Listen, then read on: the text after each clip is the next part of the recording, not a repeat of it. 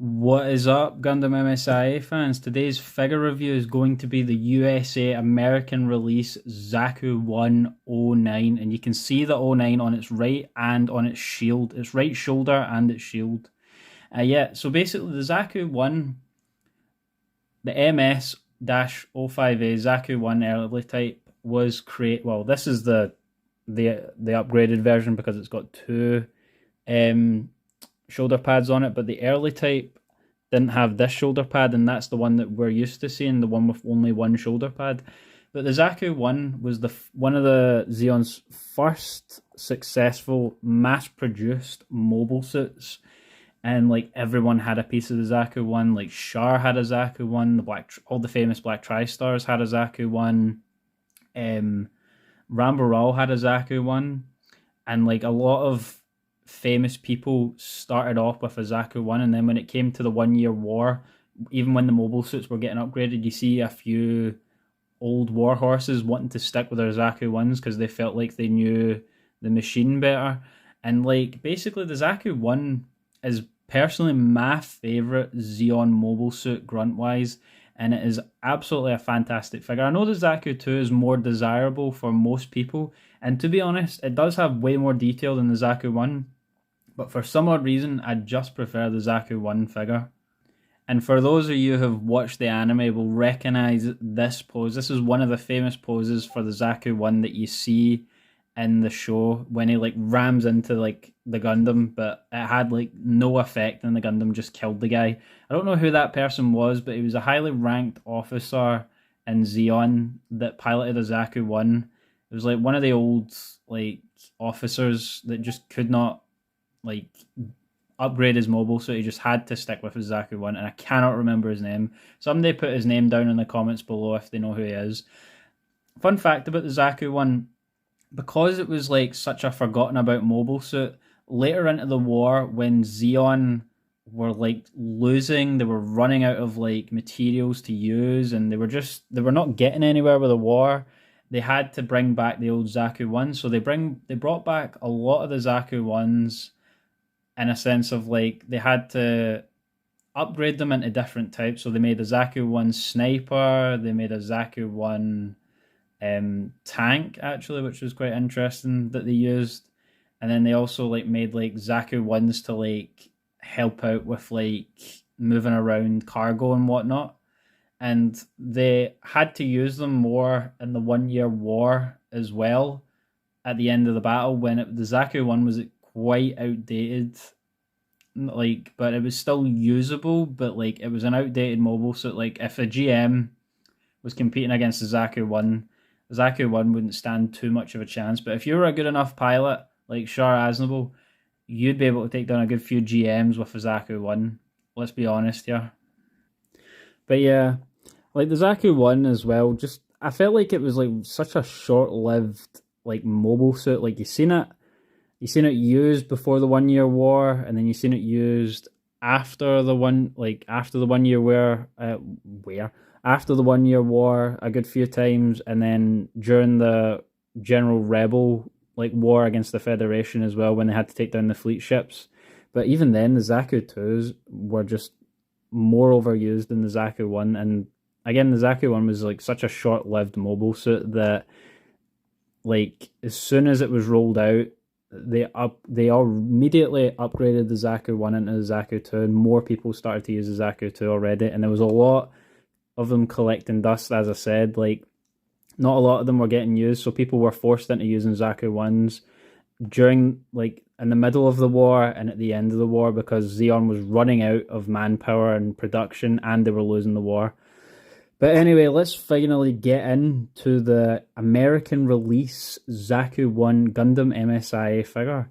Now, this is the 09 version, and I'm going to show you what the 09 version is. Now, an amazing thing that the American releases did to make their products sell, like, again, I think the Zaku 1 Japanese version is better.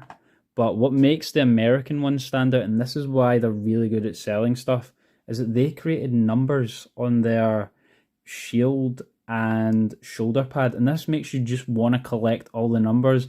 And the numbers range from 1 to 9, and you got to get the shoulder pad and the shield to go with it. I see a lot of people like don't have the shield, and it's quite annoying to like get, because you don't normally get a shield and a shoulder pad. It's normally one or the other when it comes to collecting the figures. But yeah, the USA, the American release, definitely know how to sell these figures, man, with the putting the extra numbers on it, and everybody has to get them all. Honestly, they know what they're doing. But anyway, I'll get into the weapons that the figure has.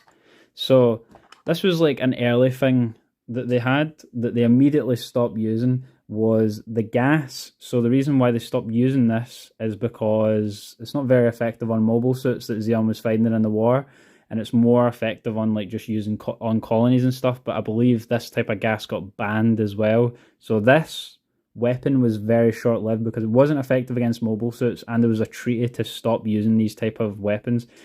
This also can come off. It just takes a little bit of like power, and it just fires it like such. Like if you want to like just pretend that you're firing it, I'll put it back in.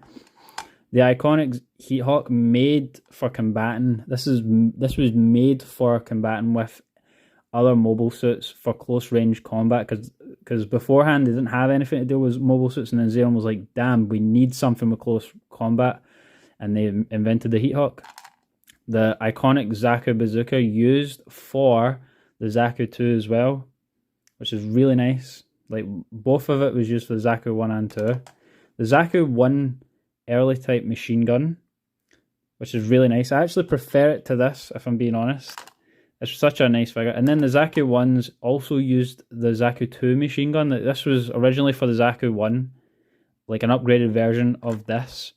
Another fun thing is the magazine can roll, and you can also take it out as well, and it will be fine. So I'll just put that back in. But it doesn't roll with this one for some odd reason, and I don't know why, but it doesn't really matter if it rolls or not. Again, you can take this off as well. And yeah, they more or less forgot about this because this was just such a better, it was just such a better magazine as well, and like it was more accuracy for the knockback also, so that's why this was added, so that they, like when it's shooting back, it can like hold on against their shoulders. And yeah, this is a better version of the first machine gun. And then we come to the Zaku 1 shield. I really like this shield. Before they made the Zaku 2 shield, they had to hold this in place, so they had to use a shield whilst also fighting and holding it. And then they got the 2 spike parts as well, which was really nice, so that they can like bash the mobile suits in. But then later that got upgraded, as you guys notice, to a shield on this side for the Zaku 2 and a spike ball for this side, because they realised a lot of the Zaku pilots a lot of the Zeon Zaku pilots were using their shields to bash people, especially in in the anime. You've seen that the guy used his shield, but it had no effect because it didn't have any spike balls on it, and it was a Gundam. So they basically got rid of this so that they can use this hand for the Heat Hawk, or more accuracy, holding the machine gun at the same time, to have the shield on their shoulder and to have the spike ball on the left shoulder as well. So the shield is a nice touch, and this is the 09 shield, and I actually really like the Zaku 1 shield as well. Alright, now I'll get into the articulation of the figure, guys. So its head can move a full 360. Its arm can also move a full 360 too. These can come off and on at any point if you just want to like be faithful and have it like that as a Zaku 1 early type, because you normally do see the Zaku 1 only have one shoulder. The arm here can move a full 360. The elbow joint moves like so. The hand can move a full 360 too. The shoulder can move a full 360, but it does take a bit.